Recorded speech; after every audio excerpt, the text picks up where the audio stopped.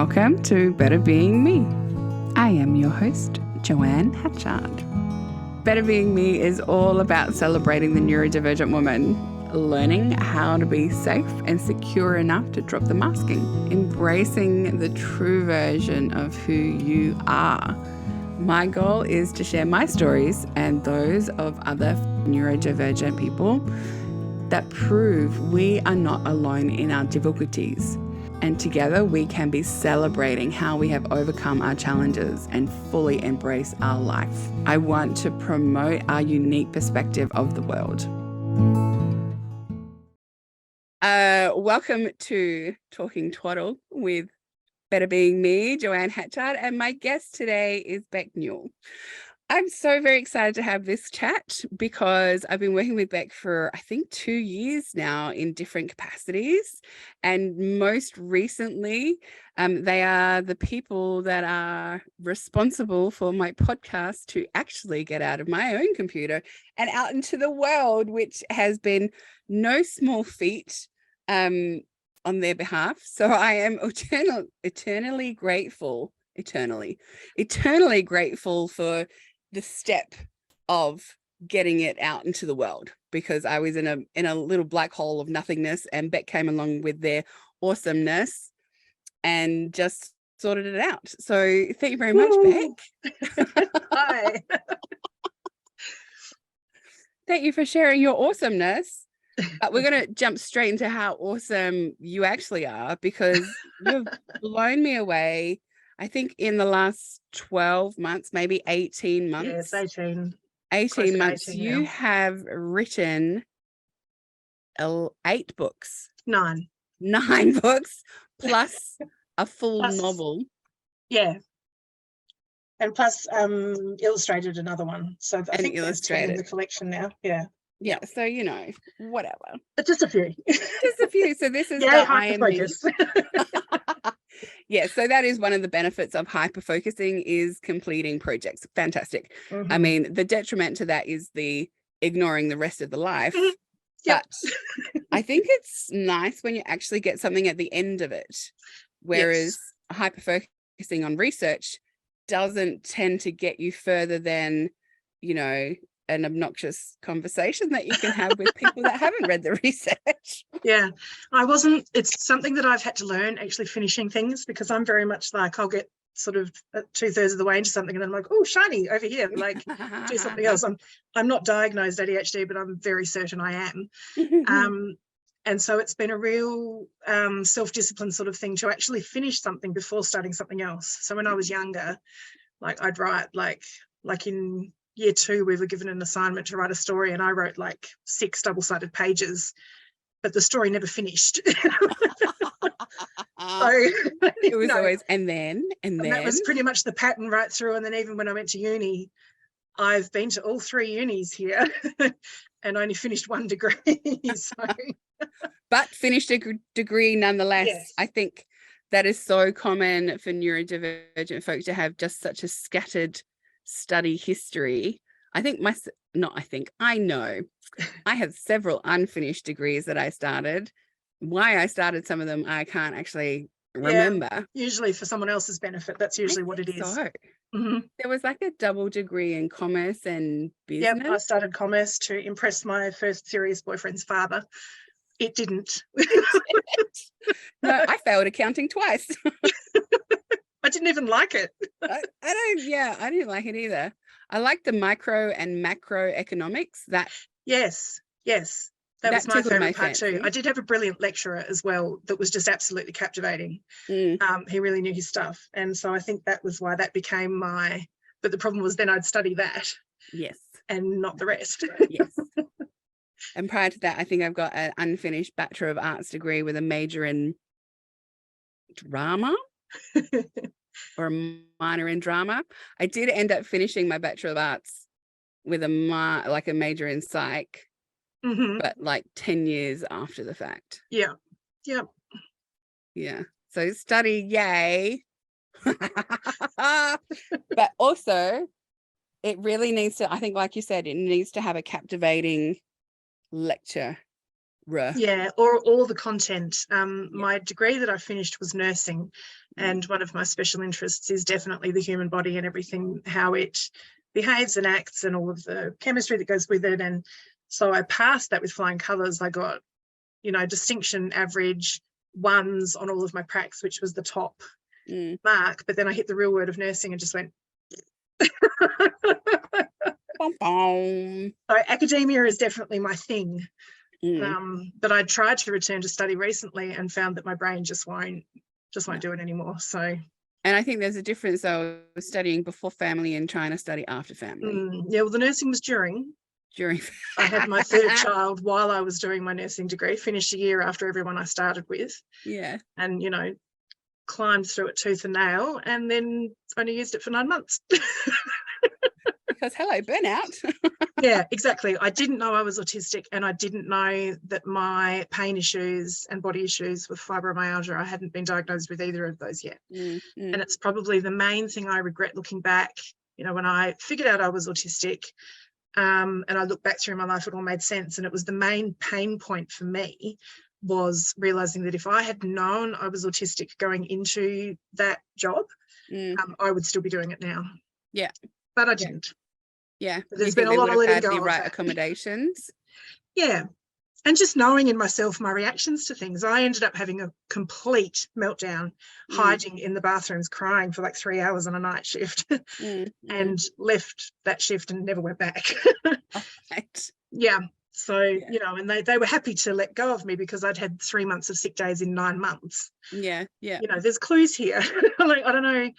But so they were very happy to let me go. But someone said to me later, you could have sort of fought to stay employed and be paid a half wage and all this bit because it was a government job. But anyway, I didn't know any of those things. So no, and when you're in the middle of burnout, you don't care about solutions, you care about cocooning. Get out. Yeah. Run away. That's my instinct is to run. Yep. So I did. Yep. And that doesn't solve any problems, but it takes away the pressure to do anything else. Yeah. And that's, I think, half of the point of cocooning is to just remove any of those external demands. Definitely. That you can't do bugger all about when you're. And I mean, see, I was working 0.8, but I mean, I had a 10-month-old at home who I didn't actually really bond with until he was about that age. That's Monty, number 3. And I felt like I was never home. So, because you do late, early shifts, so you go to work before they're home from school, the older ones. Then you're at work until 10. Then you come home, go to bed, and then you're up and gone. Yeah. You start work at 7, you're up and gone before they get up. Yeah. So I'd go, what's that? Like over 24 hours, and I wouldn't see my kids. And it just, I'm a very maternal person, and that just didn't work for me at all. So yeah. Because it's still so much, like we can talk about the maternal bonding and stuff, but if it's out of sight, out of mind, doesn't matter how much you love them. There's just, the bonding doesn't exist until you're in the same space. And that is very much one of my problems. I know that one of the thing I get a preview to the podcast. Yes, that's true. But by the time this one is playing, you will have heard Ali talk about the out of sight, out of mind. I am definitely that person. If someone is not right in front of me, they are not in my brain at all. And it has been mistaken for me not caring, and I hate that because I care so deeply, so deeply.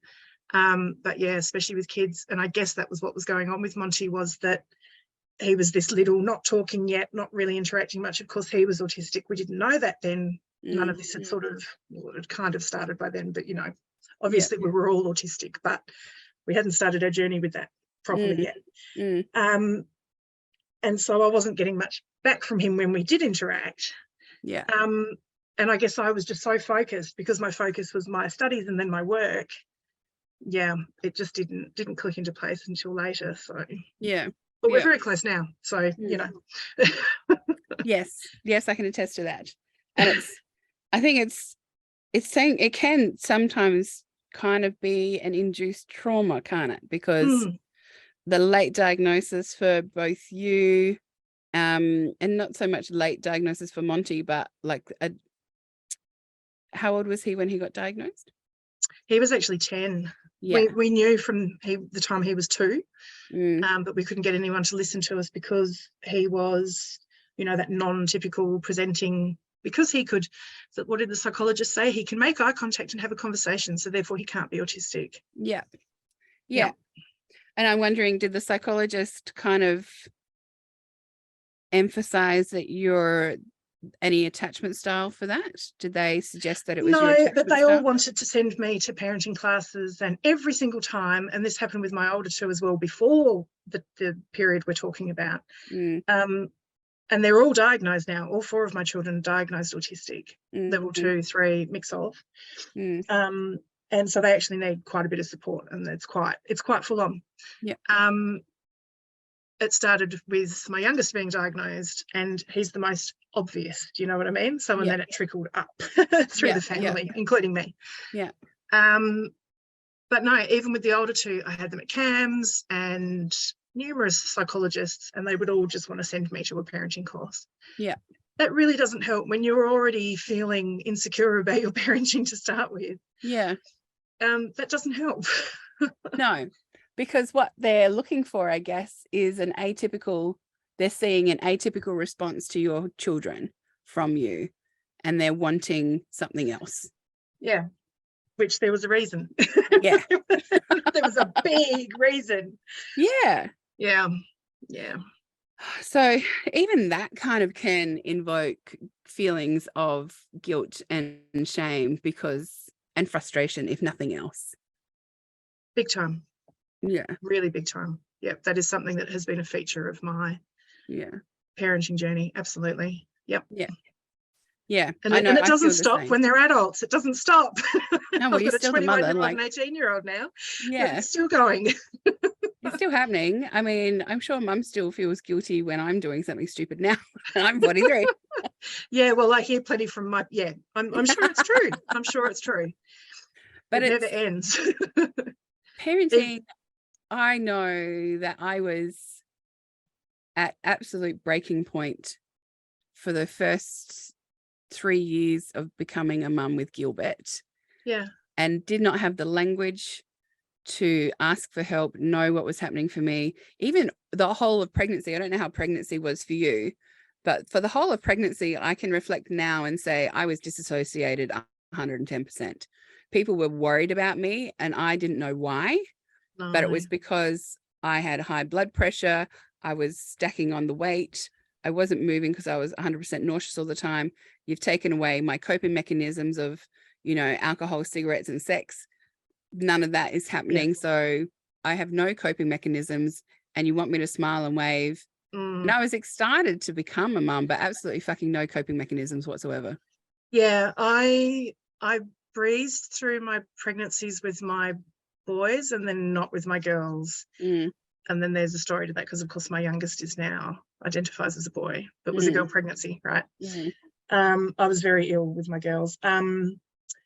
And it's funny because with my first pregnancy, it really, I mean, I was 22 or something. I was young. This was my first marriage. But I can remember, because he was overdue, and I remember saying to my mother-in-law at the time something about, oh, I'll be so grateful to, oh no, that's right, it was the other way around. I was so happy to stay pregnant because it was breezy and it was fun and like it was okay. And I could wait to have the baby. It must have been about a month out from having it, because by the time he was due, I was like, get this thing out of me. And my mother-in-law at the time just thought I was so weird for saying that, you know, pregnancy was a good thing. But no, I have had the converse experience of having awful pregnancies as well. So with my fourth, I had a tubal ligation after his cesarean because I was not doing that anymore. Nope. And I have no self-control. So I always say I would have had, in a different generation, I would have had 10 children like my grandmother. And sure enough, about 3 months after having my youngest, I was like, I want another baby. And it was just as well we had made sure that was never going to happen again. And then all 4 of them were diagnosed with autism anyway. And while that's wonderful, it is. Imagine having 10. Load. And it doesn't stop. Yeah. As they get older. Yeah. And they've all got different needs. So but what I thought I could cope with when they were all little, it gets bigger as they get older. Yeah. Bigger and different. So I'm glad we stopped at 4. Very, very glad that I had common sense at some point along the line. Common sense prevails, isn't that what they say? But yes, it's amazing. I think, well, sometimes I don't like dwelling on hindsight too much, but the lessons that you can learn from seeing that you survived probably some of the most traumatic times that autistic burnout brings. Mm-hmm. And now here you are thriving. You've Getting identified, you are thriving by comparison. Yeah. There's always more room. Like there's always room on above the steps and below the steps to wherever you are, right? There's always room to move, always 100% of the time. So especially when you think you've hit rock bottom. No, you can go further down. Don't say that. There's always room to move. But I see you embracing so many different aspects of who you are now. There's the identifying as non-binary for yourself, embracing Pete's change to boy, and he has thrived since that moment in time as well. Yep. He's kind of just allowed it to be, and that's okay. It's amazing. It's amazing watching an 8-year-old, because of course there's simplicity in that thinking that it just is what it is. Yeah. There's nothing complicating it. I asked his permission to talk about him today, and he said yes, that he wanted to be on the podcast too. I can imagine. Heart was broken. Luckily, it was time to go to school, and that was a bit of a diversion. But yeah, he was really upset that he couldn't be on as well. I can imagine. And then he's quizzing me. He's like, how many people listen to it? Like, how many people are going to know my story? Like, he's a little budding celebrity. It's hilarious. So funny. Yes. Well, this is one of the things that you've finished. So this was the first one that you published of yours. Yep. And it is the story of your son Pete when they were Morgan. Yep. And I think it's gone to a whole bunch of schools and stuff as well, hasn't it? Because so the Minister for Autism picked it up. I think it was 10 copies in the end. She was going to get 20 of each of that and the Funky Feast or whatever it's called. Yeah. But she got 10 each in the end. But yeah, they're going to be recommended in schools. Yeah. Yeah, and it's so I've even had, there was a lovely non-binary teenager came to my stall at Rotary Park the last time we were there, and they just, they were drawn straight to it. And even though they were, say, sort of 14, 15, they bought a copy. They loved it. They're like, this is me. This is, I am me. That's what that's right. Yep. So it's good. It's, so even though it's a story about an 8-year-old, or he might have even been 7 at the time. But yeah, so, but now see, I've got a copy too. Now we've got to do I Am Pete. Oh, right. Yes. With photos and about being trans. Yeah. Yeah. And it's so nice because even if that changes later for Pete, then it's still like, well, that's fine. Whatever. It's part of his story. He very much, and it's funny because he talks about Morgan as if it's a different person. Yeah, it's interesting. Right. It's in it. We haven't gone for any of the gender counselling or any of that yet. We're waiting until he's a little bit older. But it'll be interesting to unpack what that all means for him. Yeah. Well, the tendency to refer to yourself as a third person in the past is a separation from that history. So it might be that right now this is what he needs to be doing to find security and comfort. Yeah. Whereas in the past, he might not have felt that security. And that's the key word for him is respect. He feels like he wasn't respected as Morgan. Yeah. So changing that mindset. And as he grows older, that may change and his understanding of what was happening may change. So yeah, it'll be interesting. We're just going with the flow. Just see what happens. Whatever. Yep. And very luckily, we are surrounded by people that have been very supportive. All of his therapists just changed his name and pronouns on their stuff, and they used them. And the school, it's funny, the principal says Pete, but she. still, which I always have to have a bit of a chuckle with. But actually, I mean, it actually really annoys me. I'm like, come on, this has been like, it's almost a year now. Almost a year, yeah. But she's an older lady and obviously can't. I think it's harder for that older generation. So the only person we had trouble with in the beginning was my mother. So she's just turned 72, so she was 71 at the time. And we had talked about it at home and all about it. And then I posted on Facebook introducing Pete.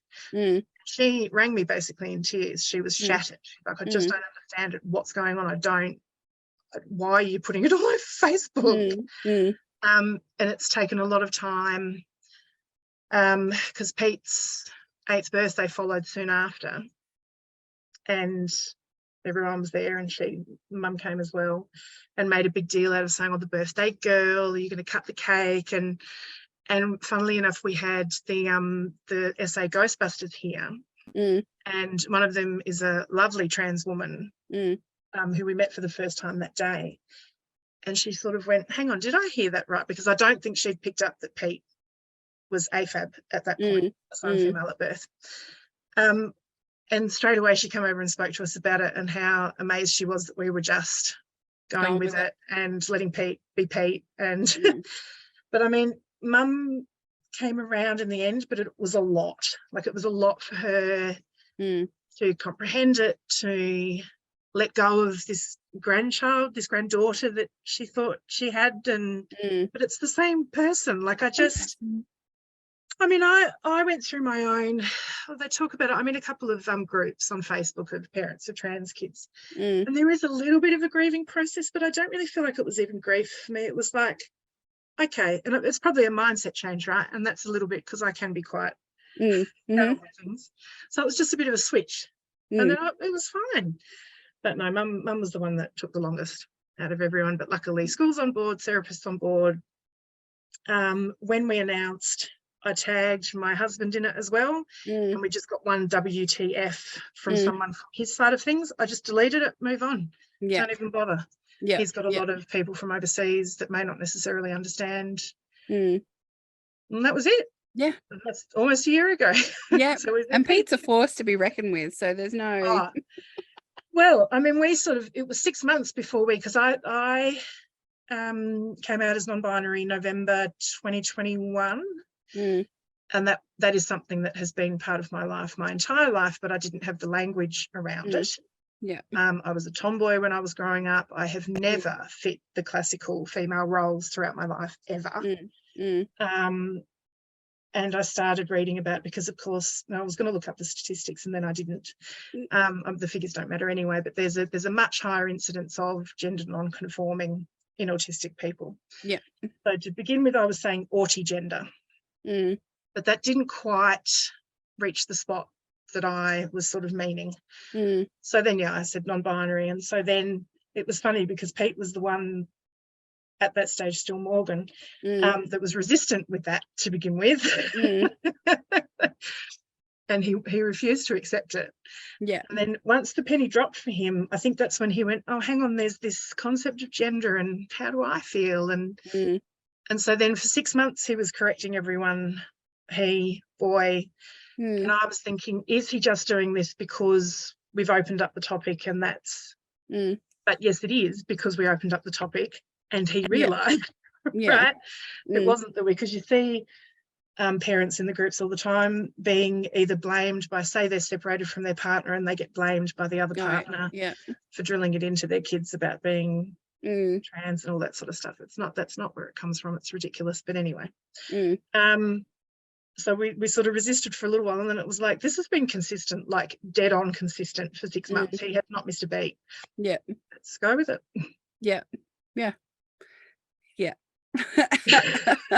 And I know Pete, so it is not so much easier, because why fight it? So that's it. What are you winning or losing by pushing back on it? You're not. No. And so go with it. But I think there's also this book, which is was this the third one? Oh, that might have even been like 6th, I think. Somewhere in there. But it was one that I produced in like 5 days. Yes, from it was a very easy one to Yeah. Yeah. But body positivity, of course, having been a plus size person my entire life, it's very frustrating hearing still to this day all the misconceptions around obesity, and it's not always tied in with health, like probably until the past.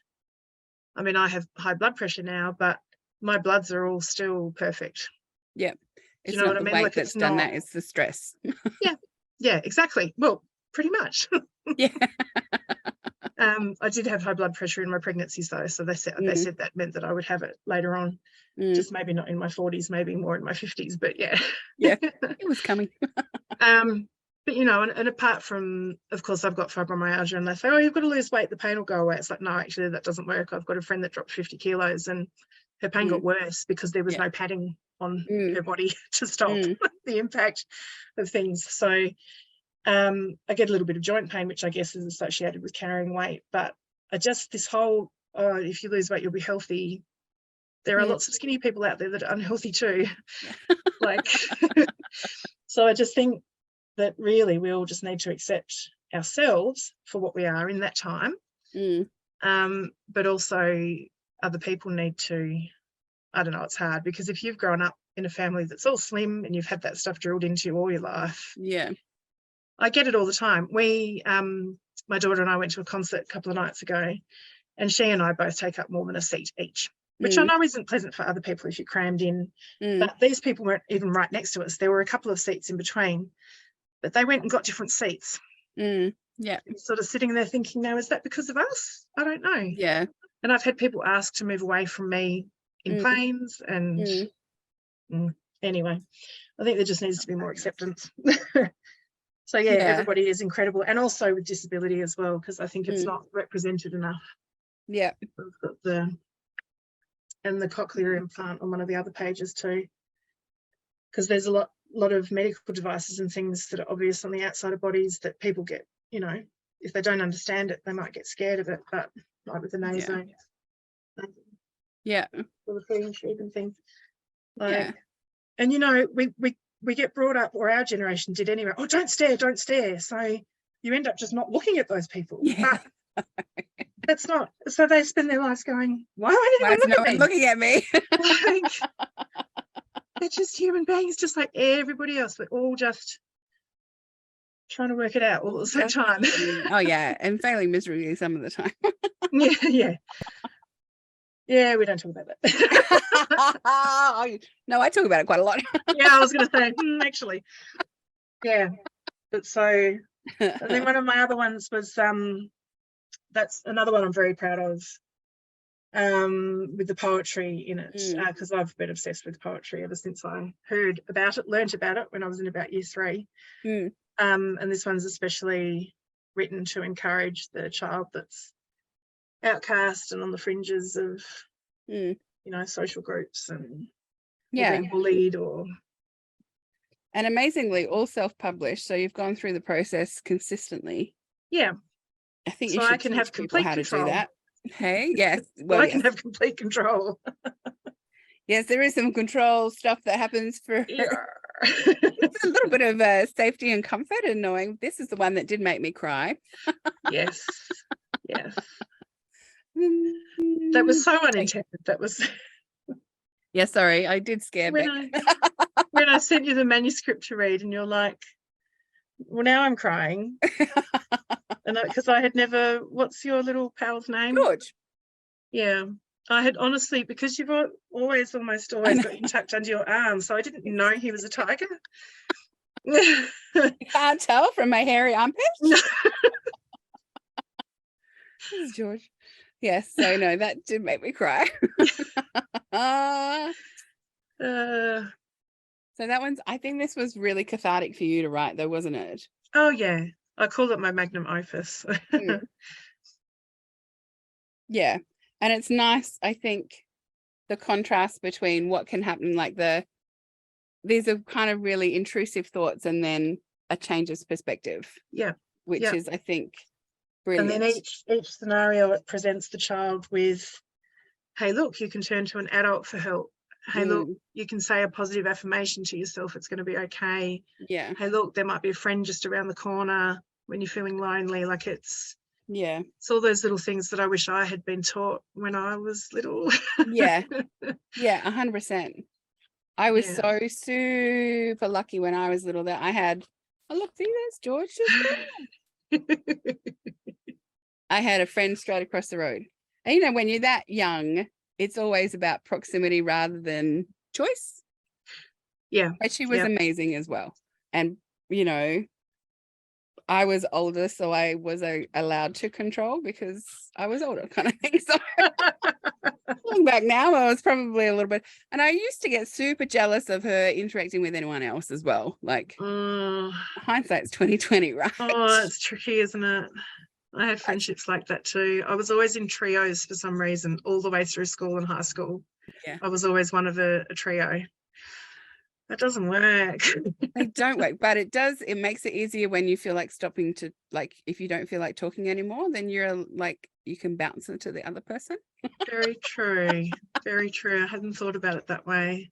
Because I think through high school, I was a trio.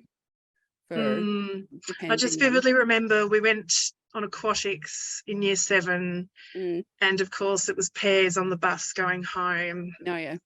And they sat together and left me on my own, and that was just like you got to get used to doing things by yourself when you kind of have to make it okay that's what's going to happen. And it was hard because year 7 was really, I mean, I kind of had friends at school before that, kind of here and there. So I mainly hung out with the boys, but then didn't quite fit, like, but in year 7 I ended up with a whole social group. But yeah, that trio in the class, and it was navigating things like that. I don't envy kids these days, honestly, or my kids going through that stuff now, because it's just complicated, very complicated. Yeah. And it's interesting, and I think Gilbert is going to have a different experience again. Like, he seems to be completely oblivious to how much he is adored. That's very cute. Just gets on with it. Like, I don't think he has a concept that not everybody gets a rock star welcome when they get to school. I'm sure he just assumes that everybody gets it because he's late quite often. Right. Because, you know, appointments and the fact that we're just late generally. Yeah. So he's generally walking in by himself, and everybody turns around and goes, Gilbert, yay, Gilbert's here. And he's like, yeah, just go with the flow. Yeah. So this is Pete as well, and I think he is starting to become it, because how old's Gilbert? 8. Okay, so they're a similar age. Okay. Yeah. But I think Pete is starting to become aware that the response to him is a little different to normal.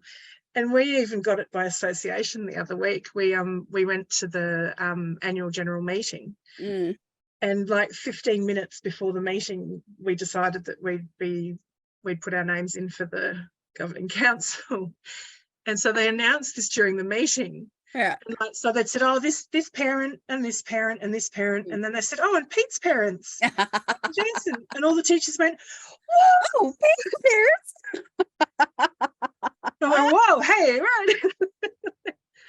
Because I hardly go near the school. That's my husband's job. So, but I'm very invested from the sidelines, but going into schools just exhausts me. That's a whole nother, with mum's groups, etc. That's a whole nother thing. But so he does all that. But I was like, wow, okay, we're super popular. I never come here and I'm famous. Yay! And Gilbert has the benefit of being the only Gilbert in the school. Right. So everybody knows Gilbert. And yes, I am Gilbert's mum. But, you know, I guess that's an improvement of being Troy's sister. One day I'll get, this is Joanne.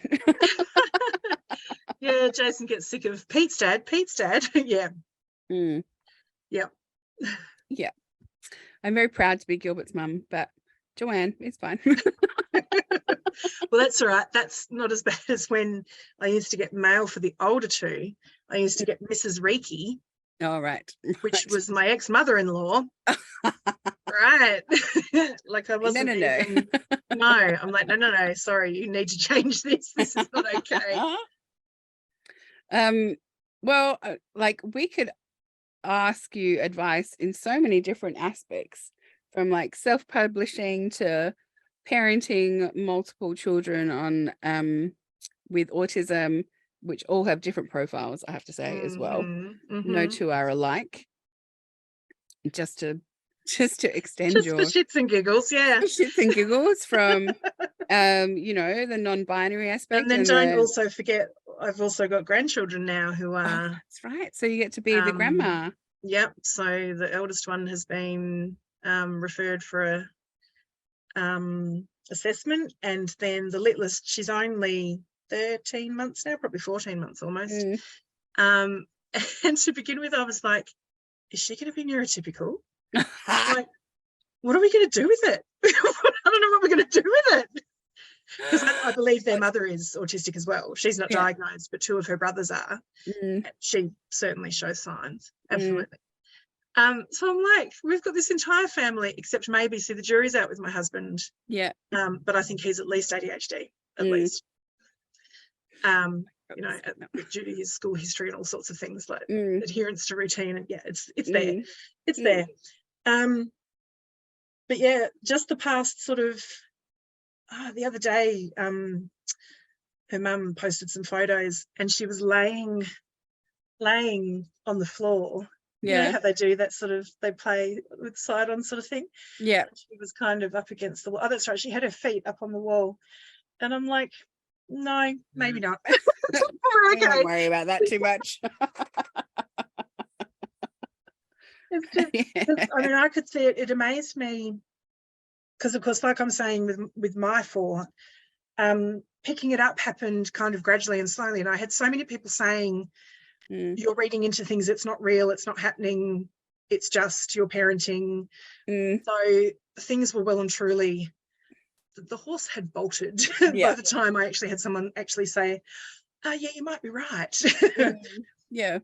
But it's been funny watching Ryder, my older grandchild, grow up, and from about 8 months old I could see it in him.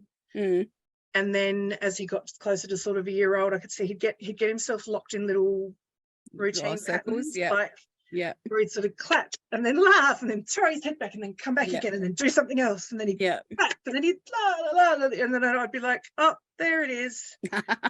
And he's still not, I mean, he's speaking better now, but he's still not really speaking clearly. If you spend enough time with him, you can understand what he's saying. But so that's eventually why he was referred, I think, for a diagnosis. And he has outbursts and all the stuff. All the fun. Yeah. But but it was interesting seeing it so early in him, because with Monty was the real, oh my gosh, he's autistic. He had a piece of Smiley Fritz when he used to eat. And he tore it up into even pieces. And then he had Hot Wheels cars, which he placed equal distances around. He was 2, by the way, around this bowl. And then he put an equal slice of Fritz on each of the cars. Yeah. And I went, oh, shit. Oh, we're in for some fun. I took a picture of it. I found it the other day because I always thought it was when he was 18 months old, but he was actually 2. Yeah. But and then took 8 years for someone to actually listen to me. Get on board. And it is like, it's such a big discussion around, where did we, I think we started this the other day with a different person. Being an undiagnosed autistic person, are you projecting your behavior onto your child and they're learning from their environment rather than being internally autistic themselves? Yes. So this was my 18-year-old who was, I think she was diagnosed about 2 years ago now. I used to say to her, you're probably autistic too, right? Like when we were all gradually, like I say, it started with Pete. Pete was the first to get diagnosed, and then Monty. And then it was her turn. And I think I was in the middle there of the 2 lots of kids, because I've got 2 from my first marriage, 2 from my second marriage. So then I knew it had to be me. Yeah. Yeah, that was a bit of a penny dropping. Anyway. It took me so long to realize, honestly, like I could tell that story in a second, if I remember to come back to it. It took a slap in the face for me to go, oh, me too. Anyway, just before my 40th birthday, I was like, oh, crap. Yeah. Anyway, so Harriet, my 18-year-old, she always used to say, oh, it's just because everybody else around me is autistic. Like, I've got the behaviors off everybody else. And I'd be like, no, I don't think that's what's going on. And, you know, she'd have all these friendship issues and she was behind at school. And then she went through this like 2.5 years of school avoidance. And I'd be like, no, I really think if we got you diagnosed, it might help with everything that's going on. Yeah. Oh, I'm autistic. But now she fully embraces it. Yeah. I'm glad for that because she was so anti for so long. And I think it took the rest of us kind of, and I suppose especially me, I'll take the I'll take the credit, being positive about it and not seeing it as something like utterly shitful and horrible and it's going to destroy our lives. And because it's not. And she's incredibly creative and she's got this beautiful connection with animals, and it's all those things that are there that, you know, sure, she struggles, but the benefits outweigh the struggles to me. Yeah. And I think the earlier that it is embraced, then the struggles tend to be less. Yeah. And I guess that's where because neither of my older two finished school. And I believe if someone had listened to me when they were little, they would have had the support and the tools to finish school at least. And that's where it may not have been angry. like the supports that they have now may not have been around then. Yeah, that's right.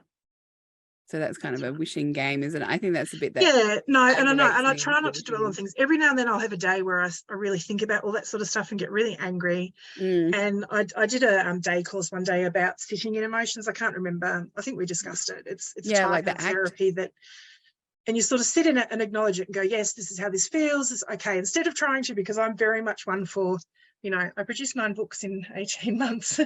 I'm a diverter. So trying to sit in your feelings and actually really acknowledge them and then go, okay, a couple of deep breaths and all right, okay. It's I think that's actually just on that. I struggle with identifying the emotion as well. Like I can see super happy and I can see super grumpy because arsehole, so easy to pick out. And you know, a happy clapper, so easy to see. But it's the nuances in between where I can logically explain why I shouldn't feel bad about something that I really struggle with identifying where the feeling is and what the feeling is and what am I meant to do about it, or the emotion or whatever. Feelings is a word that I don't because I don't feel anything. I'm not feeling it, but because it's such a foreign concept. But an emotion, maybe using the word like an emotion allows that abstract mining to happen because you don't have to feel it, but you can relate to it. Does that make sense? Yeah. Because when I was editing when I was doing those damn transcripts, the other videos. Yeah. So which I appreciate greatly, by the way.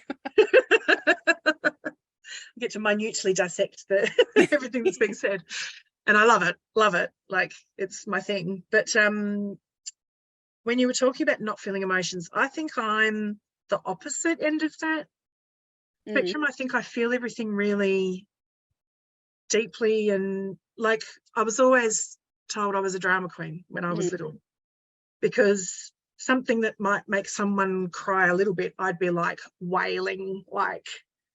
So my emotions are very raw, and which I guess it's just as nonsensical in the other direction. Do you know what I mean? Like, not knowing the feelings and then having the feelings and they're amplified, like 10 times. Yeah, it's a hard thing to explain because I still get moved, I guess, by. Like I can cry quite easily. The reason why I'm crying, I may not understand. Yeah. So my body is reacting, but my brain is going, Yeah. I cry for TV commercials, like. Oh yeah. Terrible. I mean, that is a fairly good indicator for me on how stressed I am, is how much I am on the verge of tears. And I think that's true for the majority of people. Yeah. Um, I think I know when I'm experiencing extreme emotion because I can't cry. oh, yes. It gets to the point where it's like, I don't know whether it's nothing left to give or nothing, and there's just nothing there. Yeah. And that's when I know I'm really like, Now we've disassociated because. Yeah, well, yeah, I do with that a lot. We haven't even touched on my mental health issues. Oh gosh, yeah. Like coexisting. No, that's right. But yeah, coexisting, because I'm sure it's common in a lot of people, especially late diagnosed, because you spend your entire life trying to fit, you're a square trying to fit in a round hole and forcing it all the time, and it just fractures you. It just So what is relevant of mine, I don't know, because I wonder, because they slap you with so many labels and who knows. Yeah. But to have BPD, bipolar, premenstrual dysphoric disorder, which is about the only one I really actually go, yeah, that's for real. Depression and anxiety, of course, but I wonder about the BPD and the bipolar. I'm like, yeah, but I'm not confident enough to come off my lithium though. Well, no, yeah, that's something that you should do. So we are not a medical reference in any way, shape, or form. You should take your drugs questions to the doctor. Just a disclaimer there. No, exactly. Even though it's a yucky. Yeah. I don't like being on it, but yeah. I mean, obviously, I would do it under direction. I would do it under the direction of a medical professional. Thank you very much. Okay. I wouldn't just stop. No. That's just asking for hospitalization. Yeah, and I think there may well be a significant proportion of like the bipolar and the BPD being misunderstood and actually autistic burnout. Yes, correct, because that's when I was diagnosed with bipolar, was when I was in the most extreme autistic burnout of my life. Yeah. That I ended up in hospital. Yeah. And the only label they could kind of go, here, have this one. This one, thanks. Was bipolar. Yeah. And I remember like getting, I don't think I was never depressed, but I was stressed without a real reason for being stressed. But they gave me anti-anxiety or antidepressant tablet and it just numbed me off, like just kind of a drooling zombie, nothing. No. So to me, that means the medication wasn't working because it wasn't the problem. No, that's right. And some people can take anxiolytics, the anti-anxiety and the antidepressants, and they can work wonders and change their life. Yeah. Like, honestly. But that just has not been. I've tried every kind. There's all different families of antidepressants, and I've tried every kind, and they either flip me into a mania, which is why they say I am bipolar, or they make me ill, or no. Yeah. So I've done a lot of work around making understanding stress, because I'm always going to be like quite there. It's Murphy's law, is that there is always going to be stress. There's always going to be stress, and it's how I'm dealing with it that makes the difference. Yeah. And having because the only part you can control, of course, is yourself. So well, that's right. Yeah. Yes. Having a partner where it allows me my internal monologue just to out. Yeah. Has alleviated a huge amount of stress, because I think you and I do this something very similar, where we see issues in patterns that of the future that hasn't happened yet. Yeah. But we're well invested that it may happen, and this is causing me angst now. Yeah. And I'll explain what I'm thinking to Brad, and he'll go, I don't know, did I tell you? I can't remember who I told this story to, but we were driving home, and I've driven down this, like I've made this trek numerous times in my many years of driving. And And we're pulling up at this stoplight and there were no cars in front of me, but the rest of the lanes were full. And I'm like, what's wrong with this lane? What's happening ahead that I can't see that everybody else can see? That means that I shouldn't be in this lane. Should I change lanes now, Brad? And he's like, what on earth are you talking about? It could just be an empty lane. I went, all right. I love that. Yes, he's 100% right. And it was just an empty lane. Yeah. Like no vindication on my behalf to see that, look, see, there's an accident. That's why. No, none of that. It was that I just overthought it. But having that ability to info it out meant that I could let it go, close that circle off, see it from another perspective and go, you're right, and relax into it. I mean, I didn't relax until I got to the end of the street, but, Yeah, it's a tremendous analogy, though. I'll have to put that one away in the memory bank because you just don't know. It's like, I mean, I'll touch on it briefly because we're almost out of time, but we've just moved, of course, or we're moving, just about to move. And we looked for a house for 8 months and I was so sure we were going to end up homeless. And it's only really just, it's a who you know, not what you know, that ended up getting us a house. And we've been very fortunate and it's going to be okay. But for the whole 8 months we knew about the situation, it's just caused so much stress. And because I'm an open book, that meant the kids all knew exactly what was happening every step of the way, when probably at least Pete shouldn't have been abreast of all of that. And so he's been, his behaviour has been a nightmare because I put all of that into him and he's just gone, all right. Yeah.